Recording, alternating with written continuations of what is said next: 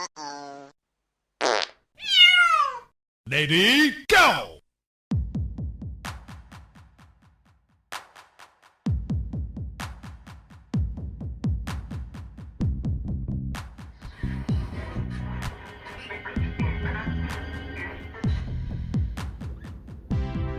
China's cyber army is invading critical U.S. services. A utility in Hawaii, a West Coast port, and a pipeline are among the victims in the past year, officials say.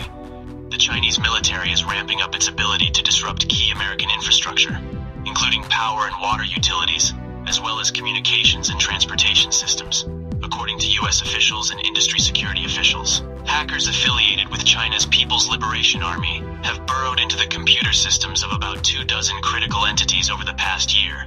These experts said the intrusions are part of a broader effort to develop ways to sow panic and chaos or snarl logistics in the event of a U.S.-China conflict in the Pacific, they said. Among the victims are a water utility in Hawaii, a major West Coast port, and at least one oil and gas pipeline. People familiar with the incidents told the Washington Post.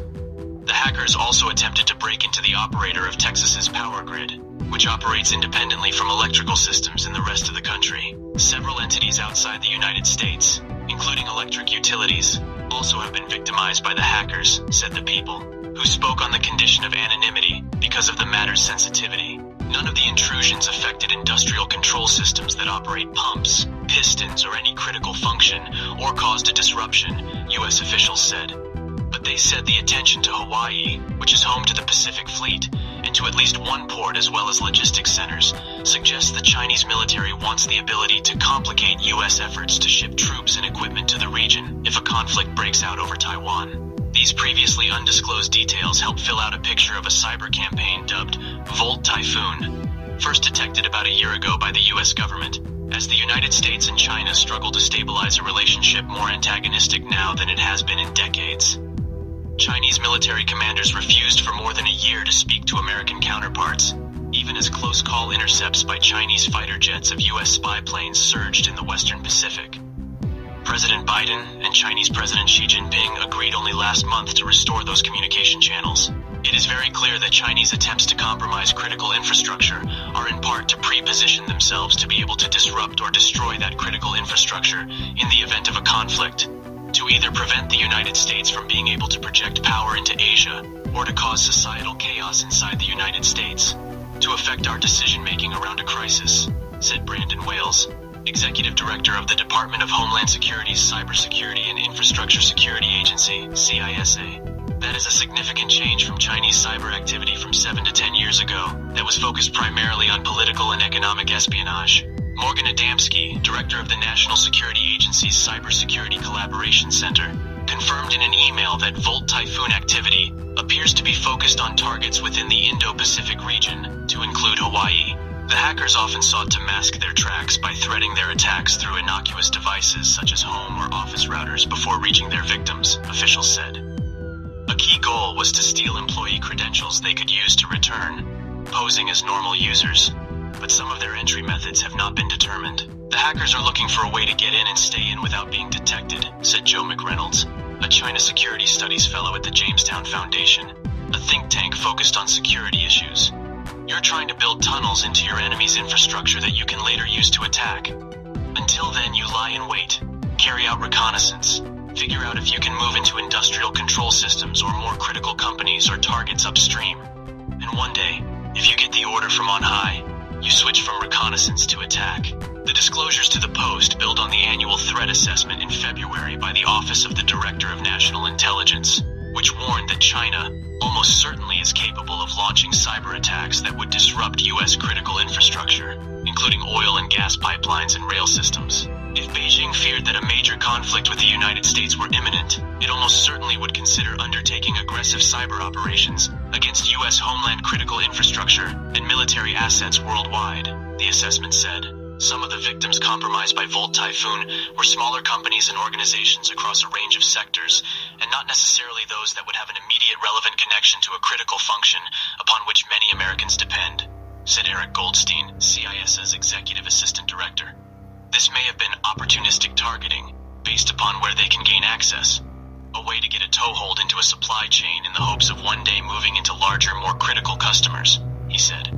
Chinese military officers have described in internal documents how they might use cyber tools or network warfare in a conflict, said McReynolds, who has seen some of the writings. He said military strategists speak of synchronizing air and missile strikes with disruption of command and control networks, critical infrastructure, satellite networks, and military logistics systems. They have talked about these tools applying in amphibious invasions, he said. This is stuff they pretty clearly see as relevant to a Taiwan scenario, he said. Though they don't explicitly say this is how we're going to take over Taiwan, this is far from China's first foray into hacking critical infrastructure. In 2012, a Canadian company, Telvent, whose software remotely operated major natural gas pipelines in North America, notified customers that a sophisticated hacker had breached its firewalls and stolen data relating to industrial control systems. The cybersecurity firm Mandiant traced the breach to a prolific PLA hacking group, Unit 61398. 5 members of the unit were indicted in 2014 on charges of hacking U.S. companies. At the time, the U.S. government wasn't sure whether China's aim was to collect intelligence or pre-position itself to disrupt. Today, based on intelligence collection and the fact that the facilities targeted have little intelligence of political or economic value, U.S. officials say it's clear that the only reason to penetrate them is to be able to conduct disruptive or destructive actions later. Threat researcher Jonathan Condra of security company Recorded Future, which during the summer found Volt Typhoon probing the Texas grid, said the secrecy with which the Chinese have conducted the attacks argues against any notion that they wanted the United States to know their capabilities. The hackers were doing this a lot more stealthily than if they were trying to get caught, he said.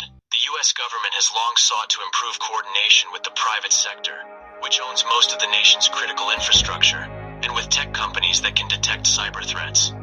Companies such as Microsoft share anonymized information about adversary tactics, indicators that a system has been compromised, and mitigations, said CIS's Goldstein. Generally, these companies are not seeing the hacker's presence within the customer's networks, but rather are detecting it through communications to the servers the hacker is using to direct the attack, he said. In some cases, the victims themselves seek assistance from CISA. In others, Goldstein said, CISA is alerted by a software or communications vendor to a victim, and the government must seek a court order to compel the vendor to reveal the victim's identity. In May, Microsoft said it had found Volt Typhoon infiltrating critical infrastructure in Guam and elsewhere, listing a number of sectors. Those included telecommunications firms, according to people familiar with the matter. The hacks were especially concerning, analysts said, because Guam is the closest U.S. territory to the contested Taiwan Strait. The intrusions into sectors like water and energy systems come as the Biden administration has sought to strengthen industry's ability to defend themselves by issuing mandatory cybersecurity rules.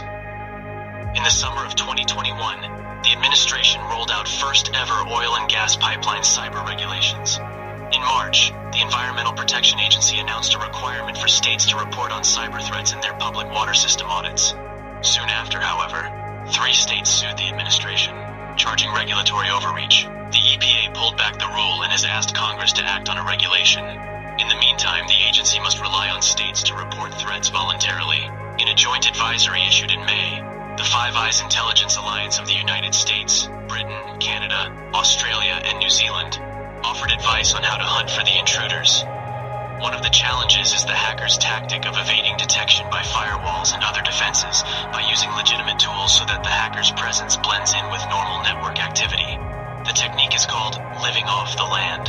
The 2 toughest challenges with these techniques are determining that a compromise has occurred, and then once detected, having confidence that the actor was evicted, said the NSA's Adamski, whose Cybersecurity Collaboration Center coordinates with private industry.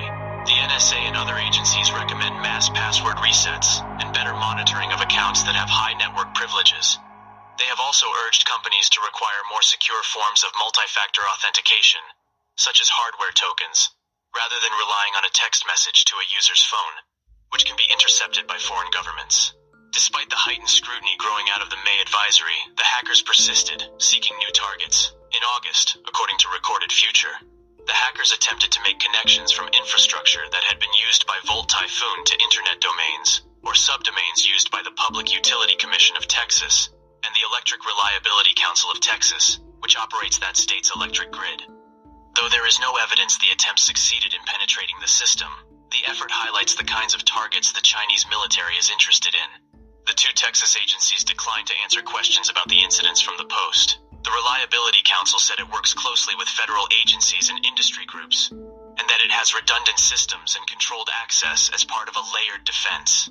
In the weeks leading up to the Biden-Xi meeting last month, NSA officials speaking at industry conferences repeated the call to the private sector to share information on hacking attempts. The NSA can peer into adversaries' networks overseas, while U.S. companies have visibility into domestic corporate networks. Together, industry and government can have a fuller picture of attackers' goals, tactics, and motives, U.S. officials say. China is sitting on a stockpile of strategic vulnerabilities, or undisclosed security flaws it can use in stealthy attacks, Adamski said last month at the Cyber WarCon conference in Washington. This is a fight for our critical infrastructure. We have to make it harder for them. The topic of Chinese cyber intrusions into critical infrastructure was on a proposed list of talking points to raise in Biden's encounter with Xi, according to people familiar with the matter. But it did not come up in the 4-hour meeting.